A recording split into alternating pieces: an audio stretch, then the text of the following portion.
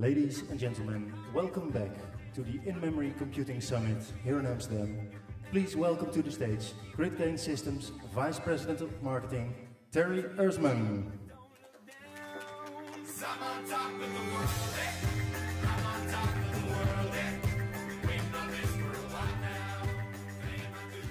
All right, good morning, everyone.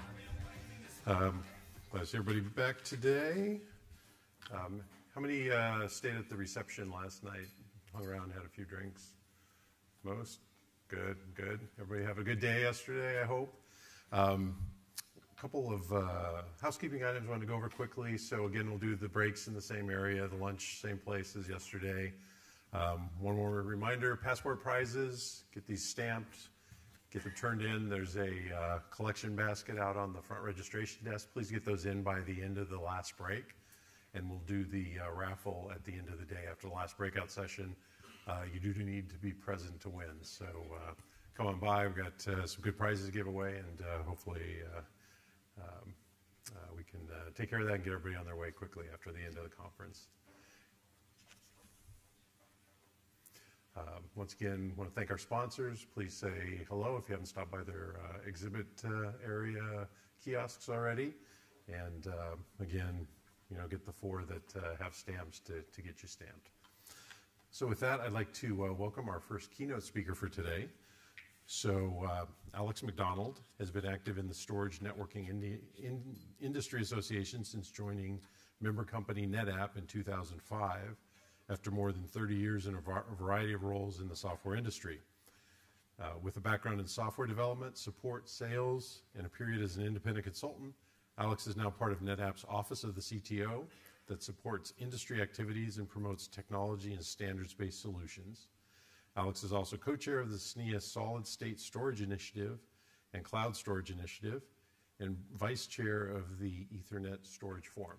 Please welcome Alex to the stage.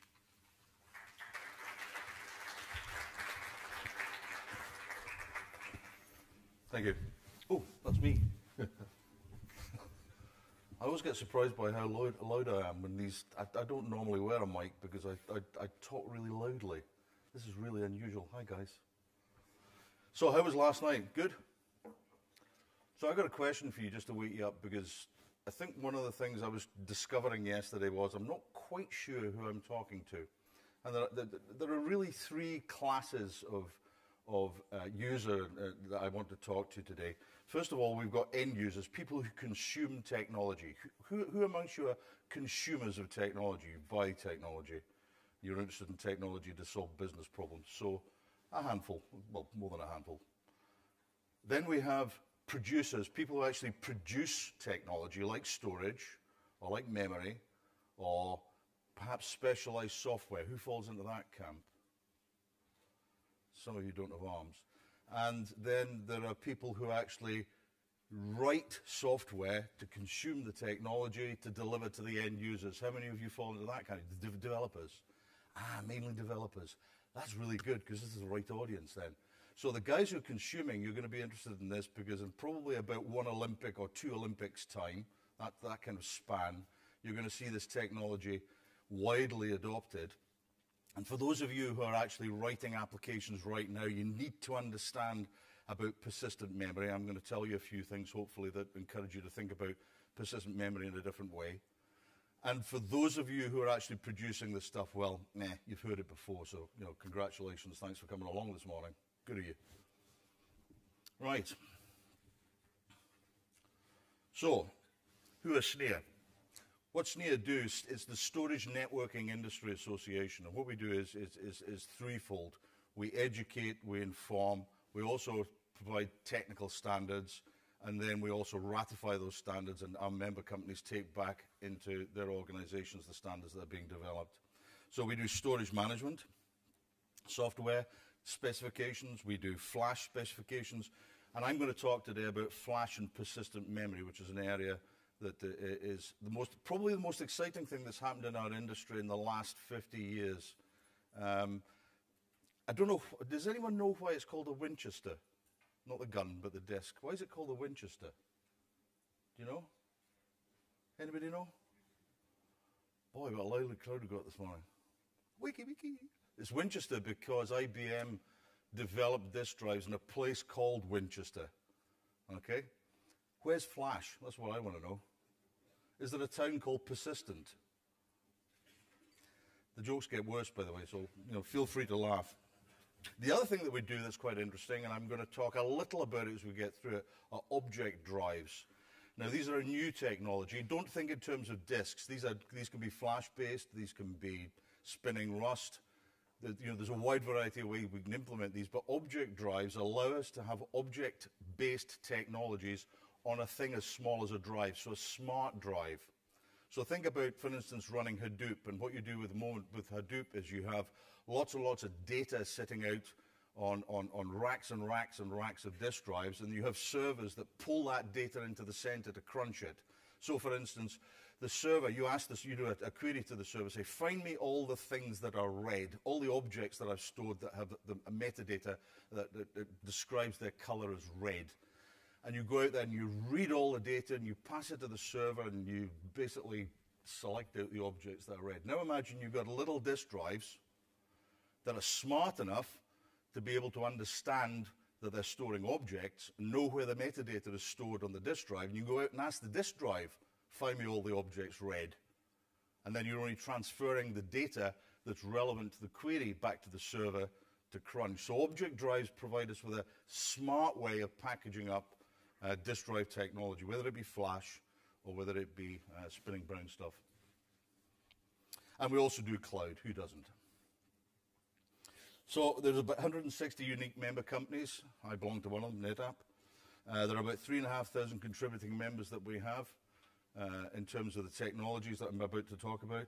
And there are about 50,000 IT end users and storage pros that are members in one form or another or affiliated with SNIA. So it's a pretty large industry body. And in fact, it's one of the very few industry bodies that represents the storage industry. So what do? We educate. And I'm going to talk today about persistent memory and solid-state storage. We develop and promote, and we collaborate with our other industry organizations. You can find out what we do and more of at snia.org/PM. And that's the website I'd like you to go afterwards. We've also got a booth out there. You can come and talk to us, and we can talk to you more about persistent memory, about SNIA itself, and any technology that you might be interested in. So, persistent memory, let's talk about it. Volatile and non-volatile technologies are converging. Who amongst you has heard of storage class memories? It became a popular phrase for a while. SCM, storage class memory. Two of you. Blimey. Right, so storage class memories, if you like, was an attempt to describe a way of having memory that looked like storage. So let me give you an example of storage class memory. That's like a battery-backed DIMM, for instance. It looks like memory. It's not persistent, but the battery gives it some persistent. It can support the bits when the power's off. Okay, so we were already using, and we're already using to a degree, these storage class. We're using them, for instance, in caches, persistent caches, where we store cache data. When the power goes off, we want to be able to replay those logs. Instead of writing them to disk, we can write them to cache that's persistent, and then we can replay the logs out of this storage class memory. What we're now beginning to see is persistent memory. Persistent memory looks like storage, but acts like memory. In other words, it doesn't die when you turn the power off. And that provides us with some unique opportunities and some terrific difficulties as well. And I'll try and explain what I mean by that as we go through. But we're seeing this move away from SSDs, solid-state drives, that are using flash technologies. So existing flash technologies are quite interesting in that they are persistent, but they're relatively unused. One of the characteristics people don't realize about NAND, flash, is it's not really byte addressable. You can't actually address it byte by byte. You address it in big blocks, big chunks, like 256K pages, which makes it ideal for disk. So when NAND flash first came out, people saw an opportunity to build really fast disks. But at the end of the day, they were still disks. There are now memory technologies coming along that are byte addressable. We're not dealing with this stuff in terms of blocks, big blocks. We're dealing at the byte level. And that's a terrific change. That's a huge change, because that allows us, instead of doing I/O, instead of buffering up huge numbers of bytes and then sending it out to some peripheral device across a bus and doing I/O, instead of doing that, we can do loads and stores to this memory.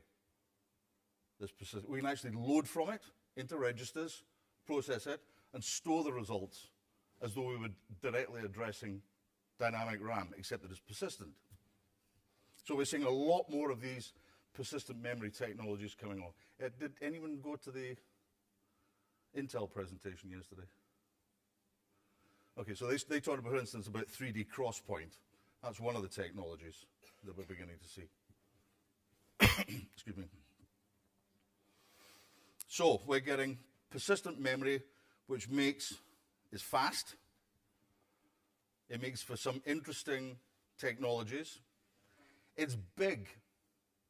So we can actually build persistent memories that are in the terabyte range. And we can now have, for instance, hundreds of terabytes of main memory.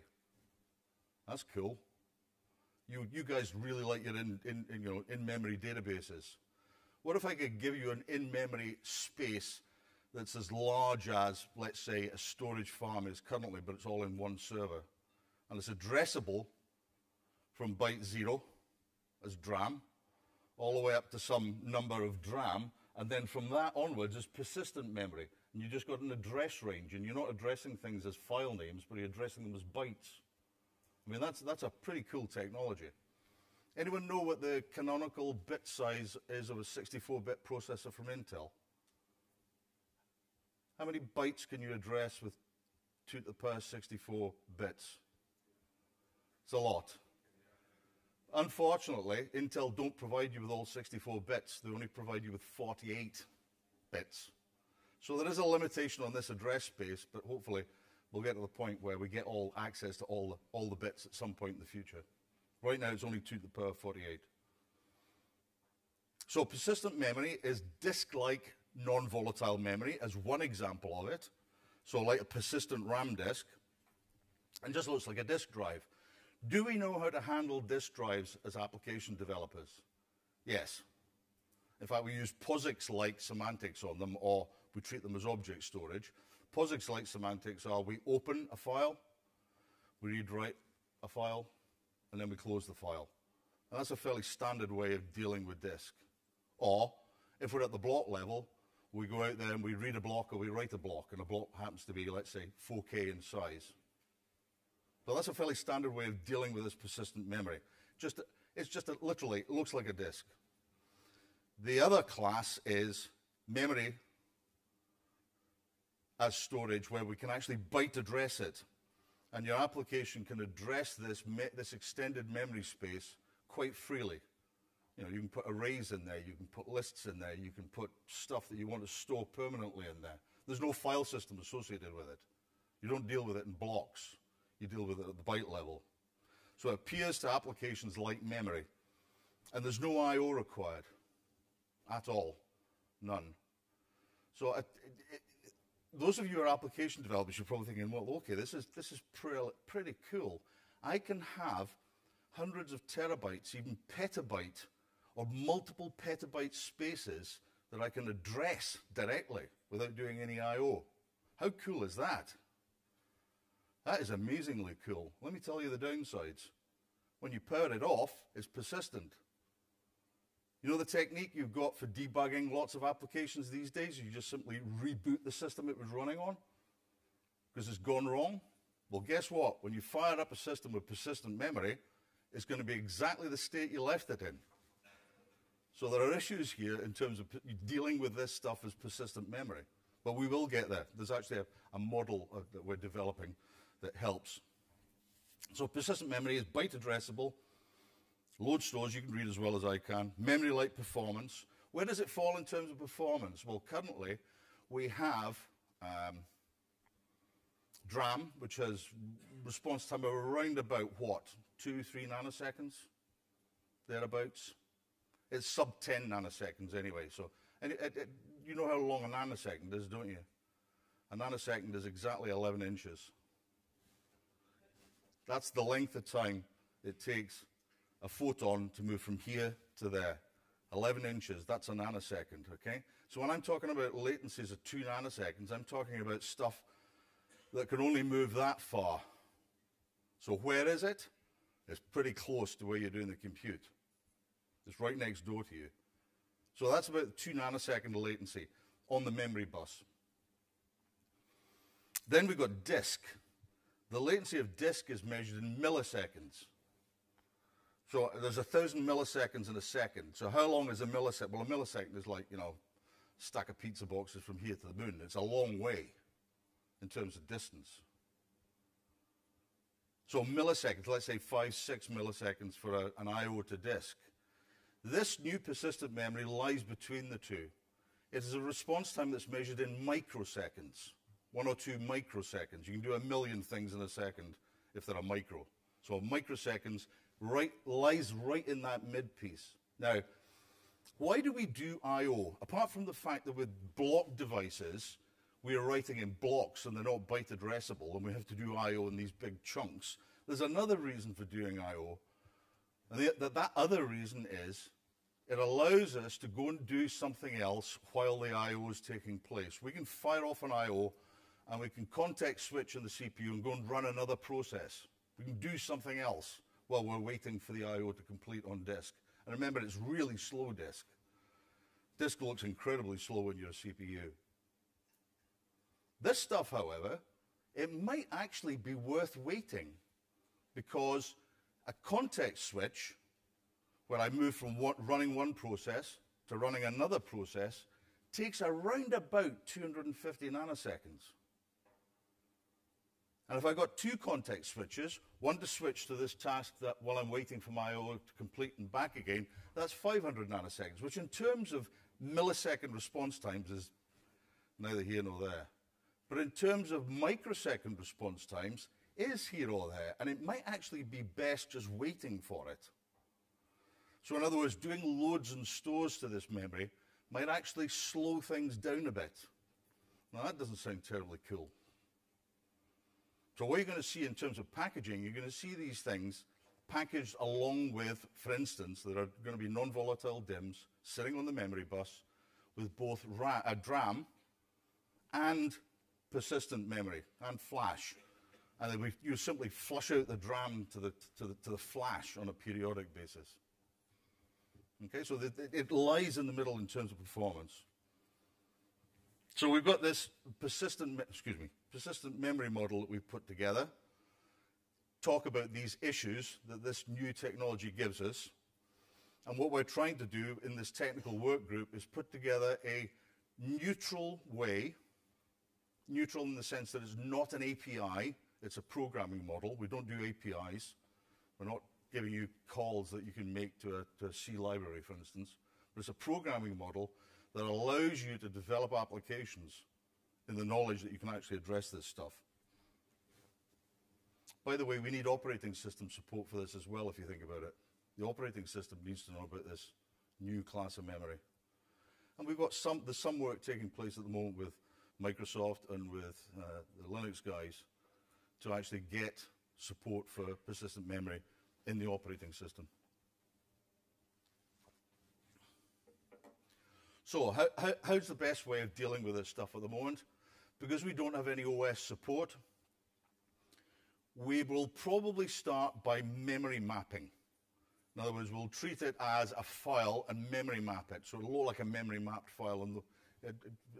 Anyone unfamiliar with mmap? Basically what you're doing is you're mapping an address range across a block of storage that thinks it's a file. In fact, it's come from disk normally. And that's probably how we'll start, is by simply treating this persistent memory as a mapped file so that we can load and store into it. Because it's persistent, we understand how to do this persistent thing with files. So the programming model there is relatively easy. Excuse me. So there are, in fact, 4 ways we're going to do this.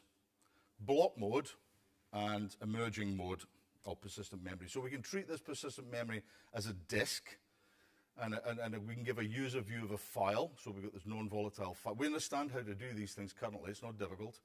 Or a block device. But these are things that look like disks. This is persistent memory as disk. And that's not where the exciting bit is. The exciting bit is the bit on the right-hand side, which is persistent memory as memory. Okay? And there, we're coming up with ways of dealing with and programming models for dealing with persistent memory. So it's persistent memory that's memory-like rather than persistent memory that's disk-like. So block and file modes use I/O, use buffers. Software controls how things are waited for. There are context switches that take place. In a persistent memory model, it's load and store. We're actually loading and storing directly into registers. And it's the processor that's going to make the software wait. We're going to need to inform the processor. We need to let the processor know about this persistent memory. There's going to need to be support in the processor itself for understanding that sometimes it's going to not wait because it's dealing with DRAM or very fast persistent memory. Or sometimes it's going to have to wait and do a context switch because the persistent memory is not quite that fast enough. And it's better off doing a context switch than it is actually simply waiting. So there are going to be also mechanisms for us to discover what this persistent memory looks like in terms of its bandwidth, in terms of its latency, in terms of its size, and then inform the processor, this address range, when you're doing a load and store, fine, just to go ahead, wait for it. That address range, when you do a load and store, do a context switch, because it's actually going to take a bit longer than you might expect. And we also, there's this block and file mode. So you can actually see on the right-hand side, you can see block-aware applications just talk to these things like they're actually block devices, and file-based applications just talk to them like they're files. In persistent memory model, we're actually talking to it directly as memory. So we're bypassing that I/O stack. By the way, bypassing the I/O stack is a very valuable thing to do because I/O stacks are actually quite compute intensive, quite resource intensive. There was a presentation yesterday, somebody talking about doing 1 million IOPS to, it was you, was it? No. I can't remember this guy I saw yesterday, the presentation doing 1 million IOPS. Doing 1 million IOPS on persistent memory will seem like something you just do much more rapidly. You're going to be doing this in microseconds. 1 million IOPS. It's just going to feel like, why did I bother with spinning Rust in the first place? Very fast indeed. So in terms of the app, and this is my last slide, I just want to talk about very briefly, where are we in terms of applications and what needs to change? So where we are until recently, we have an application with a file system that sits over the top of it, that sits over the top of a disk drive that talks to SSD. So we've packaged up our persistent memory in the form of solid-state drives. Why? Because these solid-state drives use flash, and flash memory, NAND memory, is only addressable in big blocks, big chunks. You can't byte address it, so it's not really suitable. So that's where we've been until recently. What we're beginning to see is middleware and libraries that allow us to directly access this stuff. And if anyone's interested in using or testing out persistent memory, there's actually a website and a set of libraries at pmem.io. It's not on the slides. pmem.io, where you can actually get a C library and go out and test persistent memory in DRAM currently, because you don't have any in your boxes. But you can actually emulate this stuff. And we're beginning to see the libraries come through to allow us to address persistent memory.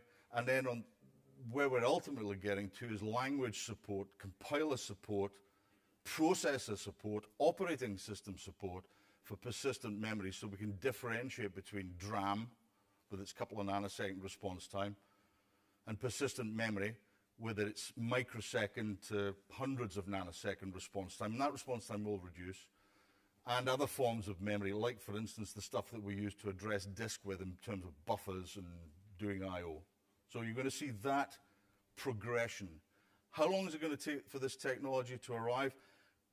Not that long. We're already seeing engineering samples out there and systems being built and being delivered in the next few years that will use persistent memory.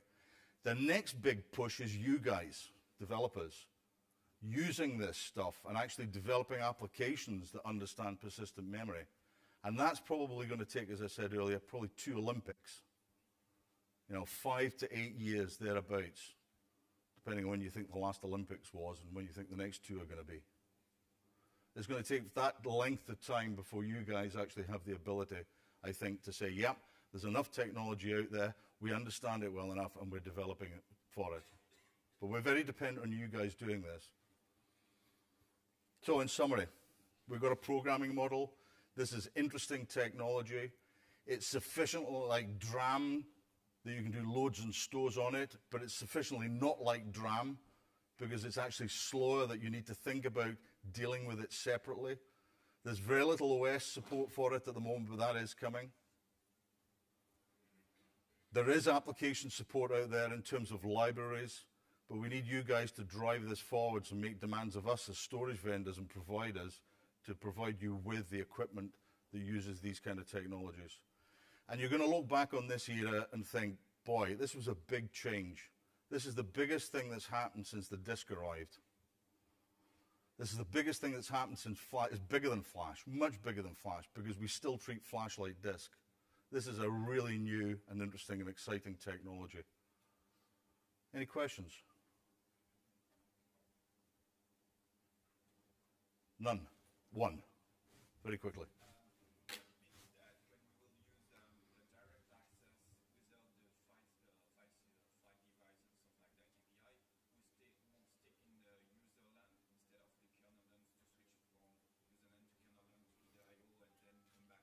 Right, so the question is, do you have to switch to the kernel to use this stuff? Because normally what you do in I.O. is you switch from user land to kernel land to do the I.O., and that context switch is actually really expensive if you're doing persistent memory. Yeah. Answer is no, you don't switch. This stuff just looks like addressable space. It's just out there. It starts at byte 0 and just keeps on going, which is why we need Intel to give us more than 2 to the power 48 bytes to address, because we're going to be building systems that are so huge in terms of their onboard storage capacity. And, petabyte-sized systems, bigger. I see in the next 10 years an exabyte-based box. You've got an exabyte in a box, and it's all persistent memory. Fabulous opportunity. Think what that will do for your performance. Yes? It's virtual. You've got to remember that what I'm talking about here is addressing virtual memory. Yeah, the processor has to understand, or the MMU, the memory mapping unit in the processor, has to understand that this stuff doesn't react as fast as DRAM. So it has to you have to partition out your DRAM and your persistent memory. We do need the operating system to help us here as well, but we will require MMU changes as well. Because you can't obviously build page tables in slow memory. It needs to be in DRAM. So the page tables need to be below the line, if you like. Yeah, that's a good point. Yes. Any idea how backup is working? Because if I have one single memory, Okay. How does backup work is the question. The answer is it doesn't. We're going to have to think about different ways of dealing with this. The first problem we're going to have is scale. If I've got a petabyte in a box, which I actually see coming not that far away, backing up a petabyte is already a problem. But backing up a petabyte in a box is going to be an even bigger problem. The answer is I don't know yet. We just know that this stuff will happen and somebody will come up with a solution. I'm sure they will. Not me, though. Thank you. And you can come and speak to me later, by the way. But I'm now taking up valuable time. Thank you, Alex. Very much.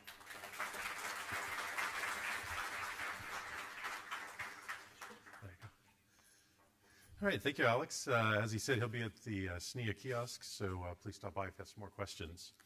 Our next speaker is Tim Wood. Tim has been working with in-memory technologies at ING Bank since 2012, first as a quantitative analyst and developer within market risk trading and later financial markets. Now part of ING's IT organization, Tim heads the high-performance computing and model integration team and plays a key role in shaping ING's IT strategy in the area of pricing and risk for for the financial markets and risk domains. Please join me in welcoming Tim.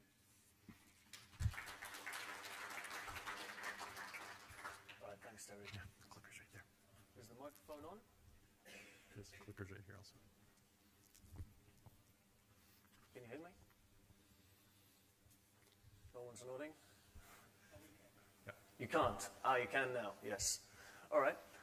Well, good morning, everyone. So I was actually going to start in a similar fashion as Alex just then, because I too wasn't quite sure who I'd be addressing at this conference, and I sort of had a bit of a dual challenge setting up a talk for this morning because, of course, my colleague working at ING Belgium, Lieven, did a very detailed discussion yesterday about his application of in-memory computing in the retail sector, and I also have a breakout this afternoon, so I will also be going into quite some detail about our own use of in-memory computing technologies in the financial market sector. So this morning I'll take a bit more of a high-level approach, and it's certainly going to be quite a different talk from that of Alex just now, which is obviously much more technical and looking further into the future with respect to non-volatile memory, something that's been brewing for quite a while. So instead I'm going to talk about more current challenges facing banks today. So it is taking more of an industry look. I think I'll just begin. Let's first introduce myself. Well, Terry gave a nice introduction, so I've only put ING Bank here because I'm going to take a little bit more of a global view over the industry as a whole. Also, just to introduce ING very briefly. So ING it stands for International Netherlands Group, and it's one of the largest Eurozone banks. We are headquartered here in Amsterdam. So the core market for the retail and where we're leaders is the Benelux region. So I had to zoom in on that a little bit on the world map there, because it's a relatively small but very populous blob on the map. But I wanted to include the global map. I think the color on my screen at least hasn't come out very well. But the idea is to show that ING is a global bank on the wholesale side, so we have a follow-the-sun operation, and this has obviously impact on how we implement our systems. So,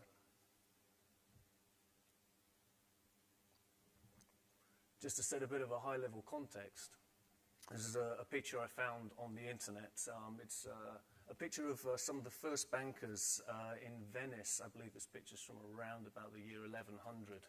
And what these guys are doing, they're exchanging money. They're basically facilitating commerce and exchanging payments for people, changing different types of currencies.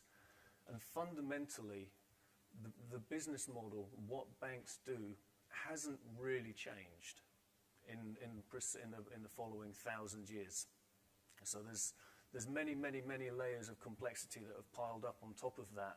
But when you strip it all away, that's what you end up with, is exchange and future exchange, and associated with that, the risk associated with future exchange. But I'll talk about that later this afternoon.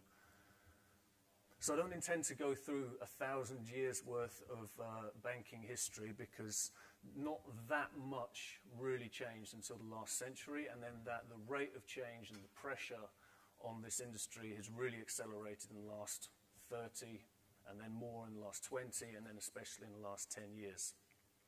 So I think some of what I'm going to be saying in the next few minutes is stating the obvious, but perhaps some of it's a little more nuanced. And I realise now I intended to ask at the beginning, just how many people in the audience are working in the financial sector? Oh, quite a lot. More than I expected, actually. So I better be careful what I say. Okay, so clearly, technology's changed everything, in the last 50 years, so that's just a given. It's facilitated speed, volumes in everything we do. The internet, I mentioned it there because we, of course, have online banking now, and the internet has changed the way we do everything. It's in addition to that, mobile, so now we don't need to go to a terminal to access the internet. We all have what 15 years ago we would have called supercomputers in our pockets, and probably some of you are using them right now. And one of the consequences of mobile is also that everything has become real time. We are very demanding people now. You know, any information that we want, you know, I could order a pizza right now or check the time of a bus, have a taxi pick me up outside in 5 minutes. So why should banking be any different? I want to know what my balance is now. I want to transfer money to Lieven. I want him to see that money immediately. Why should I have to wait? Why would I write a check? So these are some of the drivers in the retail, very, very demanding customers. In the financial markets, so this is my bullet point there about regulation. So in the financial markets, technology has also taken over. And since the financial crisis, there's also a whole raft of new regulations that are really incredibly demanding from a computational and also from a data perspective. Just something that I'll talk about in a lot more detail this afternoon. Consolidation. Consolidation in the banking industry, we've seen a lot of that in the past years, and this adds complexity. It adds two things. Complexity, when you merge two companies, you inherit a lot of legacy, potentially, probably. But also consolidation means there are more of these organizations, or sorry, I should say less of these organizations, but doing more. So, you know, 20 years ago there were many more banks. Today there are fewer, but the volume of transactions continues to go through the roof. Something else, perhaps more on the periphery, is the emergence of a class of startups called fintechs, and perhaps some of the people who raised their hands a few minutes ago are working in fintechs. And this is another challenge to the more traditional banking sector that also needs to be addressed. And this is a technology challenge as much as a challenge to business models. So, summarizing all of that, complexity. Oops, I'm going the wrong way. So I just wanted to drill in just a little bit more on the retail use cases. So the usage of mobile creates a huge glut of volume of transactions. Today we're not quite there, but pretty soon, I mean the technology is already available in our handsets. Pretty soon we'll be doing payments with our mobile phones. And it's maybe not quite the case yet, but it won't be that long before there's so many electronic points of sale that carrying around cash in your pocket will become a little bit, you know, today paying, at least in Europe, paying for something that costs under €1 with your card is commonplace. But this is, each time you do that, you create a complex transaction under the water, and all of this needs to happen instantly. So my point there, real time. Everything else is real time. I mentioned that before, so why not payments? Perhaps less a challenge, but the notion of banking as a platform. And so I chose the picture there. You see somebody with the ING mobile app, and in the background you can also see Facebook, Spotify, and other things. And this is something that at ING we're really beginning to think about now, is how to evolve the customer experience towards that customers expect from other platforms, Airbnb, Uber, Facebook, Spotify, etc. In the wholesale space, and I should really emphasize more financial markets because that's my own area of expertise. I'm not so much a lending or payment specialist.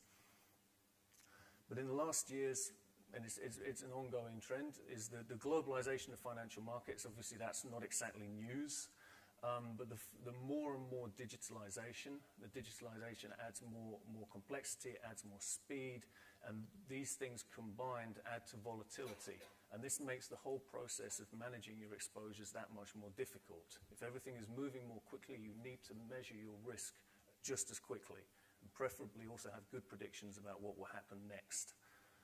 Combine that business imperative with the fact that the regulators also want us to calculate huge amounts of statistics, and for the capital management. Again, I'll talk about that more this afternoon. So, the last few considerations I put on there. So banking is an established industry. It's been around for a long time. There are obviously, you know, on the periphery, fintechs emerging, specialized trading houses emerging, and they have a lot more flexibility. But these traditional banks that really hold, you know, the economy together and facilitate all of our day-to-day business have a couple of other challenges. I think the big one perhaps is legacy. So we have systems built, very good systems, very secure systems built for 10 years ago, 20 years ago, those business models. So how do we bridge that gap to satisfy the requirements of today's market? Security, of course. I mean, IT is inherently, barely a day goes by without us seeing some story in the news about hackers from this country or that country. A security breach at a bank is perhaps one of the worst because, if your Facebook gets hacked, if you're a celebrity, that gives us all a bit of a giggle in the tabloids. But if people get access to your banking information, get access to your account, that's not quite so funny. So, the title of the talk was, where does in-memory computing fit in banking architecture? And maybe it's a bit of a swipe at the organizers, but I always ask, what is meant by in-memory computing? Because isn't all computing in memory? I mean, if I'm reading from a register and writing to a register, that's part of the memory, but never mind. So for me personally, and also I think this is validated by the primary sponsors of this event, in-memory computing to me means data grids. And data grids have a number of characteristics. It's usually built around some form of in-memory database, a distributed in-memory database. It could be a simple key value. We've seen, or an object database. We see now that a lot of relational ideas are now emerging in the distributed database space as well. On top of that, we often see, I think, certainly in the data grids that I've worked with in the past, they're ready to facilitate event-driven or data-driven processing, which can be extremely valuable. Distributed computing, often the notion that you can embed your code with your data. So the idea of co-location, so not only distributed computing, but also putting your data and your code together. And designed for scale. I realize now I should have put in there peer-to-peer. For me, a very important characteristic of a data grid is it should be a peer-to-peer system. So no master-slave, really be able to scale horizontally to meet demand. So just touching a little bit on Lieven's case from yesterday. So of course he's gone through this in great detail yesterday. But where can in-memory computing help us in retail? I've already mentioned that we have a lot of core systems that are expensive and difficult to scale, and yet the demand is not subsiding. The demand must be met by our customers, otherwise they'll go to another provider who can meet us. So in-memory computing, firstly, can be a caching pattern in this space to ease or to facilitate the scaling of these core systems. On top of that, the notion I just mentioned where we can embed our functional code side by side with our data gives two advantages. Because now, rather than in an innovative space like mobile banking, rather than having to put new ideas, new functionality into these core systems, which can be costly if they're vendor managed, it can be costly just due to scale, etc., we can actually embed new services with the data. And this nature of data grids also allows us to make quite modular deployments so that new things can be brought to market quite quickly. And also, by the same notion, we can then also pull functionalities that we've decided are no longer useful. Okay, so here's basically just a little bit of a plug for my own talk this afternoon, so I don't want to go into a great deal of detail about this, but I see in-memory computing as playing a key role in modern risk analytics platforms for large banks and indeed other players in the financial markets. Why? Well, increasingly, data sets are already relatively large. I always hesitate to use the term big data. I don't think in financial markets, certainly not banks, we're not really dealing in big data, but certainly large data sets. Data sets are also complex and increasingly complex, driven not so much by the source data, but by the requirements of regulators, but also by the realization that we have to take many more things into account when we're managing our risk. This type of work is time critical, so we need to have a system that allows us to scale out, to use as much compute as is available. We also need the scale in case today, if we have 500,000 deals on our book and tomorrow we want to have 2 million, we don't want to have a situation where we have our IT architecture restrain the amount of business that we do. Conversely, if we want to scale down, then that should also be an option, but generally that's not the sort of target that we set ourselves. On top of that, again, I'll talk about this more in the afternoon, the idea of batch-based risk is nice for accountants and regulators, but in a trading environment, in volatile markets, we should really also have the ambition to see our risk figures in real time. So that's the real-time ambitions down there. So to wrap up, where does in-memory computing fit in banking IT? I think yesterday Lieven has given a very good overview of where ING is using in-memory computing in the retail space and specifically for mobile. And in financial markets, I would this afternoon give a lot more color to the topic of how in-memory computing can be used there to solve the very challenging regulatory and market environment that we face today. And then I also wanted to mention, because this is by no means it, yesterday I saw a couple of talks about fraud detection, also trade surveillance, and these too are important areas for financial institutions. So it's by no means, the place for in-memory computing is by no means limited to my own, perhaps rather narrow view on the topic, but indeed there are a lot of other use cases out there. So with that, thank you very much for listening, and I guess I'll hand back to Terry and for the panel discussion. Thank you.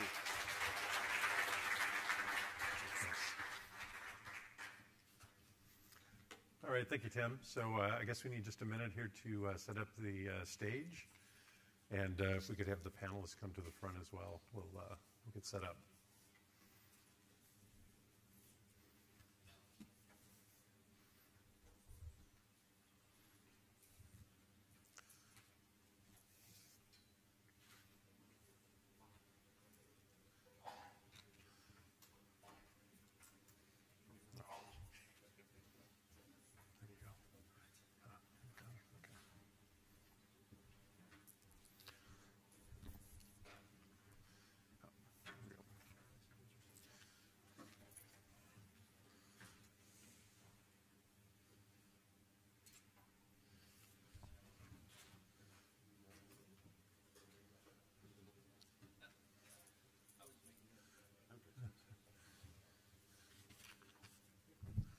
All right, so wanted to discuss a little bit about in-memory computing, how folks are using it today, and maybe what we see as some of the future trends for the technology. So what I'd like to do is I'll ask a question if you guys can just pass the microphone down and answer that, and we can pass it back on the next question. So everybody can get a chance to go first. So first question for the panelists is, how is in-memory computing currently impacting your business and your industry? Is this on? Oh, and sorry, before we start that, can everyone introduce themselves, please? Hi guys, my name's Rob. I'm the middleware head of development and data grid for Barclays. I'd like to thank Tim because I'm going to be repeating a lot of the stuff that he said. Thanks, Tim. So the question was, how does in-memory computing affect my industry? So my industry is banking. My area is primarily investment banking. So as Tim was saying, there's two main drivers that we see for banking and investment banking. So the first is regulators. We have a large number of regulators. They have a lot of regulations. Someone mentioned yesterday things like PSD2, MiFID II, the Fundamental Review of Trading Book. And what the regulations all have in common really is they increase the amount of data that we have to process and the speed that we have to process it at. The other big driver we have is the market. So we have startups, we have fintechs. They're constantly improving and challenging the way that we do business. So this is forcing us to do things at a faster scale. And really the only way that we can deal with these challenges is using things like in-memory computing. Hello, yes, I'm Goodall. I run a consultancy business and a separate software development company. Don't actually have a particular industry that I work for. We work across a number of different sectors. One that we've had a lot of business within recently is the travel sector, and that's been quite buoyant, I guess, with in-memory compute technology. We've developed a solution for a big hotel accommodation provider, and I think for them the key benefits that that's delivered has been the ability to sort of migrate from old legacy technology that's written in old software such as Visual Basic 6 and lots of SQL that's messy to sort of extend and enhance. The in-memory compute technology has given the opportunity to sort of move to a proper scalable platform that can deal with very high levels of high volumes of traffic, but also with a predictable and linear scale characteristic, I guess, with the actual platform itself. So it also allows them to do it in a phased approach. You don't have to sort of switch one system off and switch another on. That can be done in parallel, which I think has been very important given the sort of risks and the 24/7 nature of the business. Hi, I'm Sam Lawrence. I'm the CTO and co-founder of FSB Technology. We do sports betting. We build software and we run it and operate it and white label it for partners. Sports betting as an industry has really transformed over the last, I guess, 10 or so years, and primarily it's data which has transformed it. The volume of data that comes through and the detail in the data has driven a real change in the kind of product that you can offer as sports betting. It's gone much more towards in-play, which is betting when the actual events are online. There's been a huge drive to actually have far more coverage of sporting events. And the kind of data which is captured as well. I mean, it's really, really detailed data from football matches, for instance. You can capture, the distance travelled by players. You can capture exactly where the ball is. You can bet on all those things.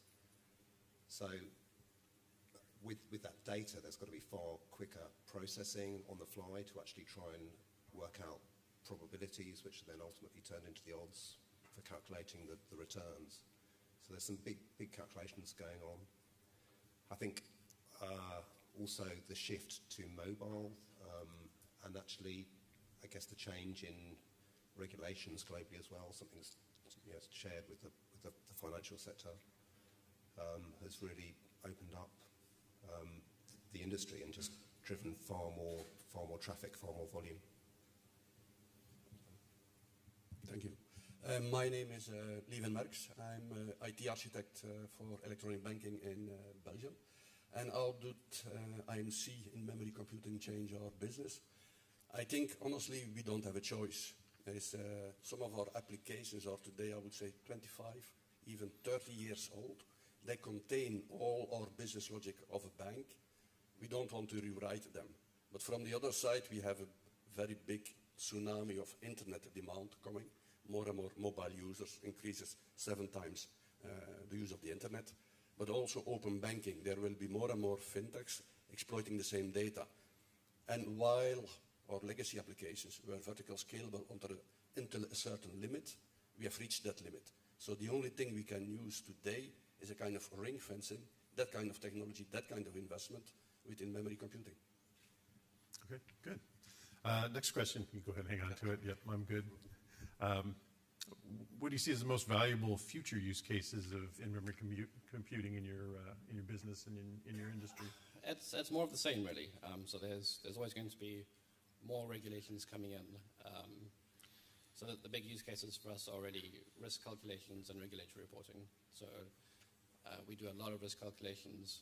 There's various types of market risk. So we are concerned with what happens when the currencies change, or the exchange rate changes. What happens if the interest rate goes up or down? What happens if the commodity price changes? What happens to if the stocks and shares go up and down? And on the other side, we have credit risk. So what is the risk that our counterparties won't be able to make the trade? So that's very complex calculations, and regulators are pushing us constantly to increase the the rate at which we make the calculations and the accuracy of those calculations. So it's the case today, and it's going to be the case in the future. Yeah, I think in addition to sort of hotel accommodation providers, I can see a shift towards maybe the flight scheduling and flight calculation providers, so those that provide data around that in a sort of traditional format at the moment. That's probably going to be a good sort of use case for scaling things up significantly. I just think just the general growth in sort of online search and traffic in the whole of the sort of travel industry is going to need or require a radical overhaul of the sort of technology platforms that underpin a number of the sort of big providers that are out there at the moment. So I think there's plenty of scope there for in-memory computing to sort of really improve performance, but at the same time dramatically cut costs of hardware. At the moment, the sort of model is just to throw more hardware at the problem, and that's expensive. And I think, as we've seen in sort of other tracks sort of yesterday, the performance improvements that have shown that there can be some dramatic savings in the data center by using this type of technology.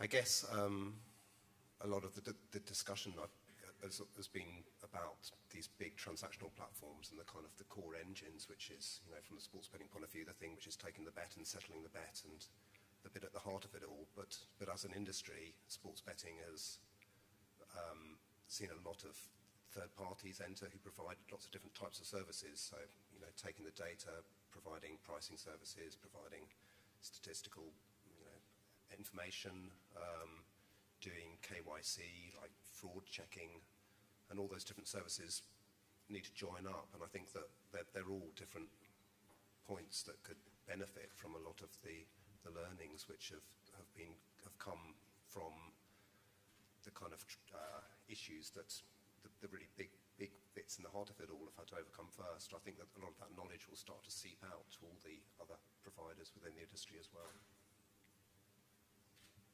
Thank you. I was a bit triggered by the picture that Tim showed a moment ago, how banking was 1,000 years ago. It was a lot of face-to-face contact. The one who was doing the trade with the person at the other side, you know what the other customer needed, what products did you already have, what could they need. I think for 980 years it didn't change, and then came the internet.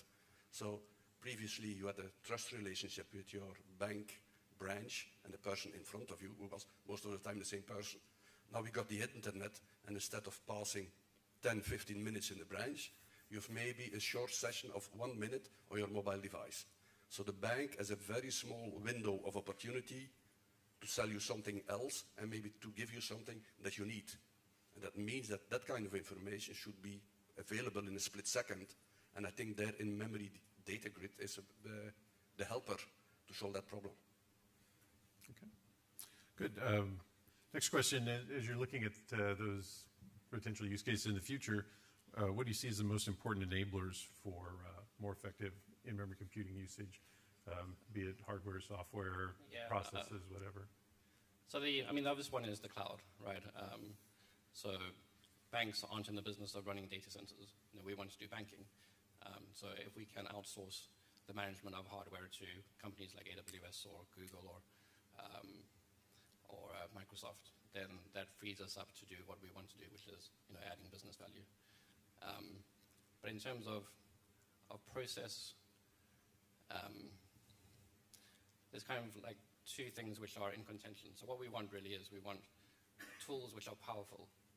So we have a large amount of data, we have very short time to process that data. So we want tools which are powerful enough to do that. But that comes at a cost of complexity. And complexity is a killer. Any time that you spend learning how a tool works, any time that you spend writing XML is time that you're not adding business value. So we want power, we want simplicity.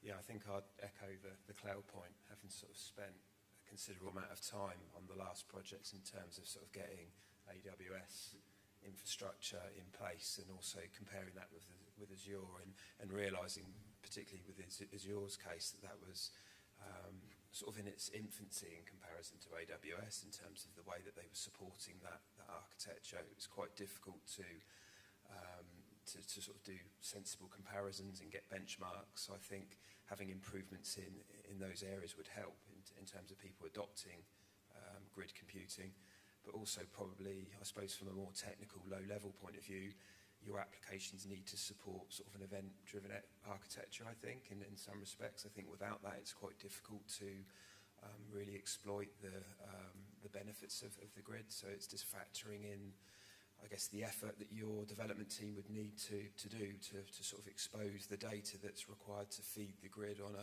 an intraday basis to force those updates and those recalculations. Enablers. I think the networks are going to make a difference here. I think at the moment the networks are going to they're going to become the thing which is the bottleneck. I think processing will get faster and faster, but still people are going to demand to have redundancy and a distance with redundancy as well. So back up into data centers which are a distance away, and that takes time. I think already we're probably slightly held back by networks potentially. I mean, it's for the volume that's out there. I know that there's more data that could be transferred, there's more data that could be processed. I think often people take a decision about just how much data should be sent. I think if the networks are far quicker, that people might start to send all of it and say, here you go, just store everything, process it later. Just as an anecdote from this morning, I went and tried to print my boarding pass from the front lobby on the printer, and it said email to this email address, and I did, and then I got an email back saying, please note that a print job may be delayed by slow email delivery or slow internet. And I'd already had the email back telling me that, so I guess it was perhaps there's another email telling me that the printer wasn't working, which hadn't arrived. I don't know. I think also another enabler is just down to developer and understanding. I think that this kind of computing is quite a different mindset. I think that needs to filter down. If you think about like OO type programming, it's very much having data structured with methods against it, rather than thinking about lots of data lakes, lots of data and the processing over all that data. I think that's quite a change in mindset, and thinking about things like partitioning and replication of data. I mean, there's lots of concepts which are quite tricky to grapple with. I think that there's things that just really need to filter down before that becomes the norm, and then I think that this in-memory computing will really start to propagate. So what are to me I would say the enablers for in-memory data grid and memory computing? I would say first and foremost, good people that understand how this technology works. They know how to tune this kind of software to make it performant. Because it's a very powerful technology, but if you have people that really understand how it works, know what data co-location, affinity and all that stuff is, they can abuse the technology and it will be worse off. Besides that people aspect, there is also some technology evolution that we expect. As since this technology is sitting in the front, facing all our customers, we need really good solutions for DRP, disaster recovery, high availability, hot deployment, and I think there is still space for evolution on that aspect. Okay, next question for the group here. Has in-memory computing been overhyped? And if so, how? I think it's been underhyped, if anything. So in my experience, it tends to get lost in the deluge of other technologies out there. So there's a huge amount of technology in the cloud space. There's an overwhelming of technology in the Hadoop space, in the big data space. So I think the in-memory computing message is lost a little bit. And what I see at my bank at least is less so on the investment bank side, more on the retail side, is there's still this old mindset of we start with a database. We build applications starting with a database. And when we get to the point where we don't have enough performance, then we put a cache in front, right? And what I'm trying to encourage is this mindset of in-memory computing is not just a cache. That's something that can replace your database. It's faster, it's more scalable. You don't have to worry about relational mapping. You know, you just put objects in, you get objects back. Why wouldn't you do that? So I think, if anything, we need more hype, not less. Yeah, I don't see either way, really. I think it's sort of an evolution of where we are. There's more capability available in the marketplace now for memory, for disk, for cloud-based computing. It seems to be the right time for it to evolve. It's based on sort of sound principles of sort of scalable architecture and all of those things that I guess techies would understand, and it sort of makes sense. I mean, so I think what was said at the keynote previously, that maybe in-memory computing is always been in-memory computing in some respects. There's just the enablers there that are now available. Yeah, both great points. I think I don't think it's been overhyped. It's not a term which I think has just been kind of thrown around quite in the same way as, you know, perhaps things like Internet of Things or AI. It's hearing a lot about that recently. I think another good point that Rob made about just the migration to it. I mean, I think that with a lot of these systems, it's very difficult to make wholesale changes to platforms, and I think that it's trying to find a way of introducing some of the benefits of this computing and this approach. I think caching is the most obvious point where it can really help a lot of different applications quickly. But no, I think there's plenty more scope for hyping it. I don't really have an opinion on the hype. I don't know when it really started in memory computing, but I think there is already a time delay between the first time we talk about in-memory computing and the first realizations. I think we have passed the curve of disillusion, and now we are coming more and more to realistic implementations. But I think also other vendors or other kind of patterns in-memory databases are extending their capabilities with a kind of in-memory storage. So I think the competition will be hard for pure in-memory computing and relational databases that are also evolving. Okay, so we heard some about machine learning and artificial intelligence yesterday in the keynotes. Where do you see the intersection between in-memory computing and machine learning and AI, and how it might impact your business?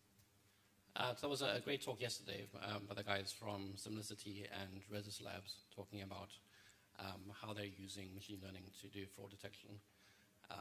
So this can be extended to things like insider trading detection, stock market analysis, anti-money laundering. Something which is more topical these days is terrorist financing. So it's, something that we as banking have to be very aware of. Where is the money going? Where is it coming from?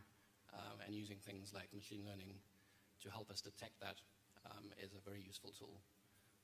On the AI side,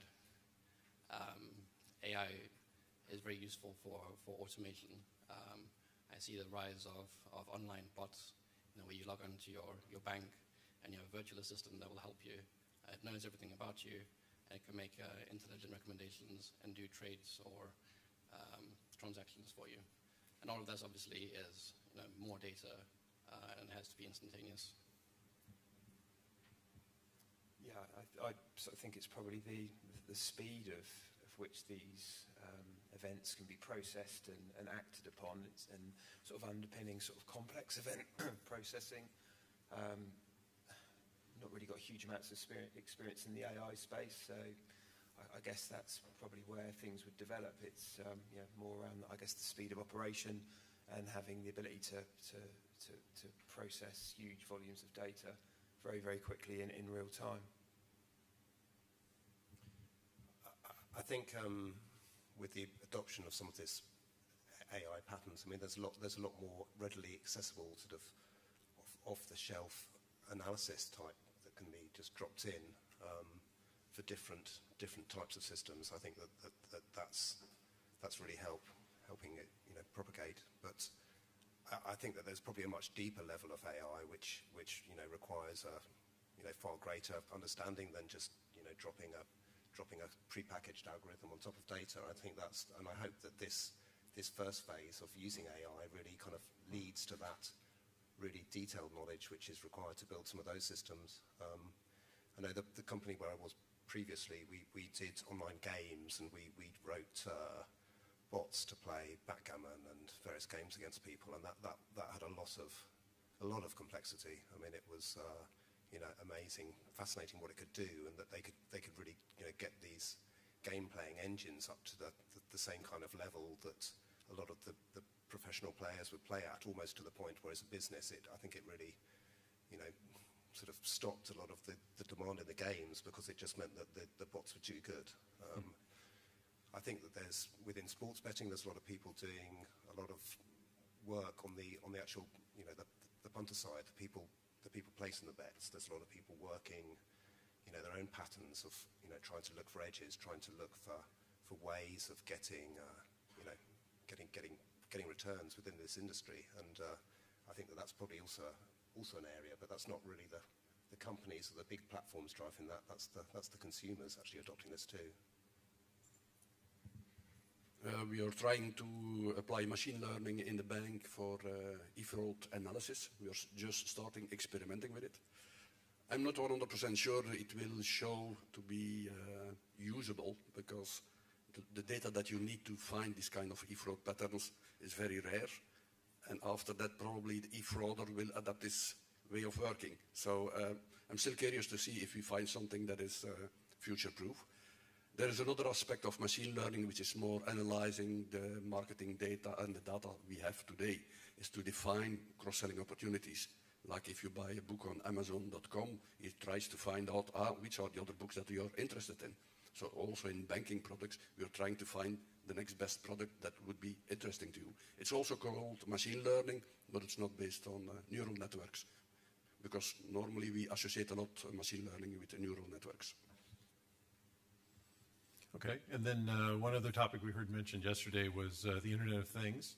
How might the Internet of Things and in-memory computing impact your business?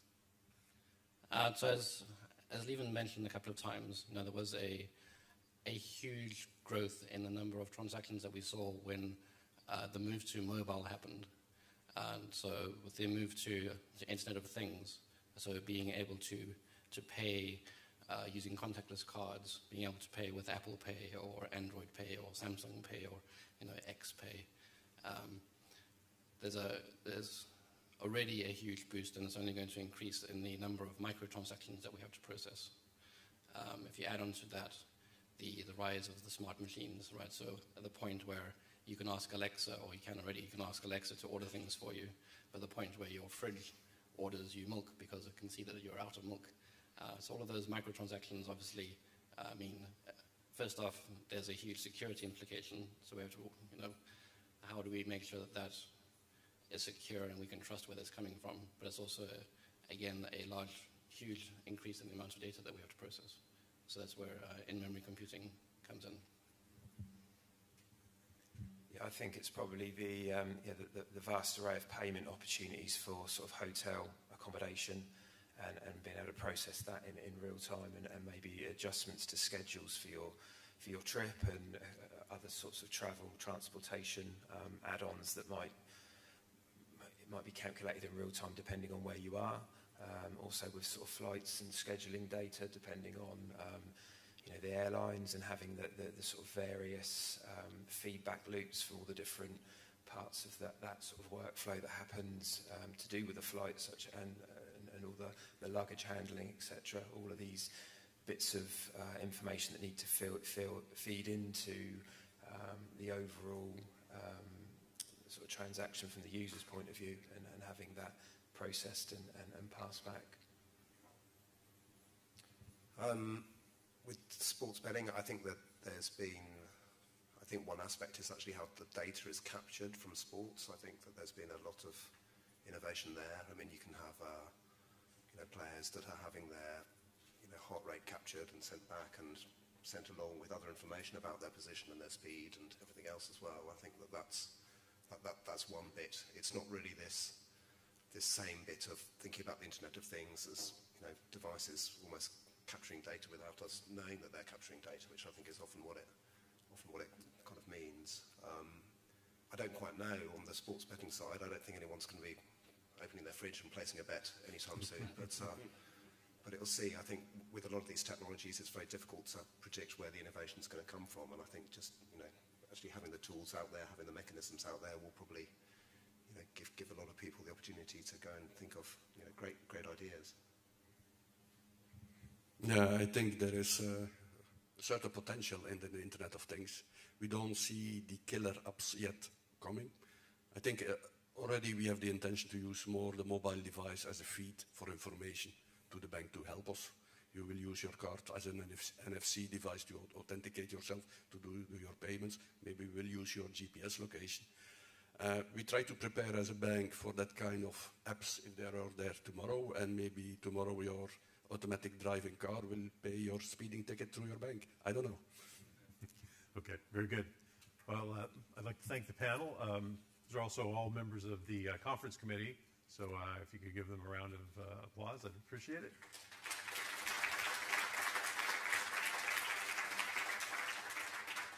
And invite you all to partake of the break out in the exhibit area. Thanks. Have a good rest of the day. Thanks, guys.